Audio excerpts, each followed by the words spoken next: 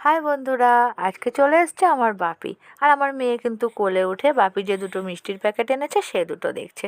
এই যে নিয়ে এসছে কলা, আর এই যে নিয়ে এসেছে ডিম, দেশি মুরগির ডিম, যেগুলো আমাদের ওখানে খুব ভালো পাওয়া যায়।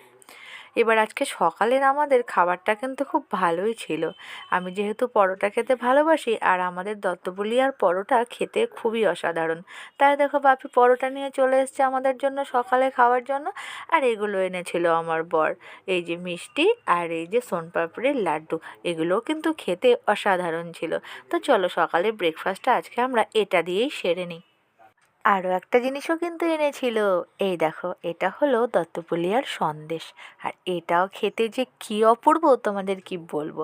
এই যে দুটো প্যাকেট দেখছো, এর মধ্যে একটা প্যাকেটের বেশিরভাগটাই কিন্তু খাবে আমার বরমশাই, কারণ ও সন্দেশ খেতে ভীষণই ভালোবাসে, আর বিশেষ করে আমাদের ওখানকার সন্দেশ। তো দেখো সন্দেশও নিয়ে এসছে, এগুলো সব দিয়ে এখন একটু করে খাওয়া হোক। এই যে আমি পরোটাটা বেড়ে নিচ্ছি, আগে আমার সোনাকে দিয়ে দিলাম, আর তারপরে আমিও পরোটাটা বেড়ে নেব। দেওয়া দেখা দেখা কেমন হয়েছে বল, কেমন হয়েছে তাড়াতাড়ি বল।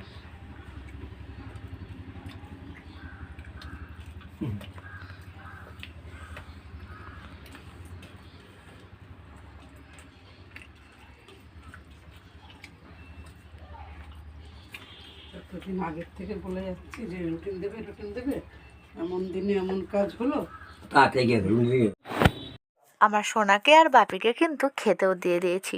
আর সোনা দেখো এই পরোটাটা এবার কত সুন্দর করে মুখে তোলে।